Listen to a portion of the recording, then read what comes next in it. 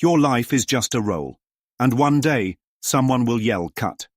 You've been playing a role your whole life, and you don't even know it. Act 1. The curtain rises on reality. One moment, you're sitting at your desk, doing what you always do. The phone rings. You reach for it.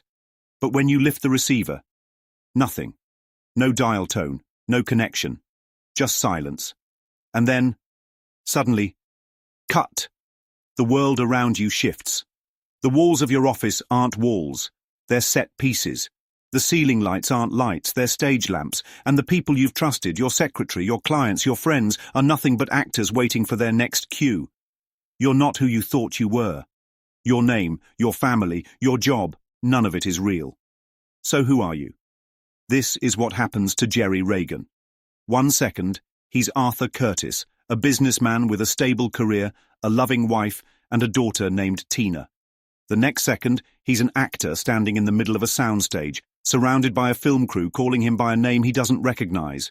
His world is gone. And the worst part? Everyone around him insists it never existed in the first place.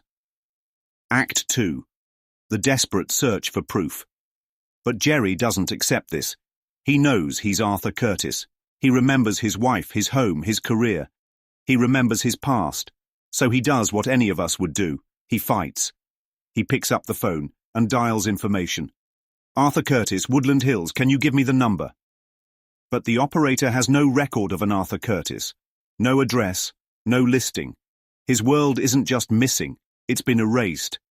Still, Jerry clings to the only thing he has left, his belief. This isn't real, he tells himself. This has to be a mistake.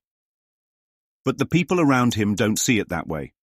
To them, Jerry Reagan is a washed-up actor having a mental breakdown. He's been unreliable on set. The studio is threatening to fire him. His ex-wife, Nora, is demanding back child support. He is not Arthur Curtis. He is Jerry Reagan. And yet, if he has no memory of this life, if he feels like Arthur Curtis, then which reality is real? And here's the deeper question. Does it even matter? Act 3. The lies we tell ourselves. Jerry doesn't want to hear it. Not from the director, not from his agent, not from his ex-wife. He runs, he gets into his car and drives to where he knows his home is. But when he gets there, nothing. No home, no family, no proof that Arthur Curtis ever existed. Instead, he finds something much worse. A script. And in it, every detail of Arthur Curtis's life, the perfect wife, the successful career, the vacation plans, the illusion. This world that he's been fighting so hard to hold on to, it's just a story, a role written for him. And as soon as production shuts down, as soon as the cameras stop rolling, Arthur Curtis is gone. Because he was never real. And so Jerry does the only thing he can do. He refuses to accept it.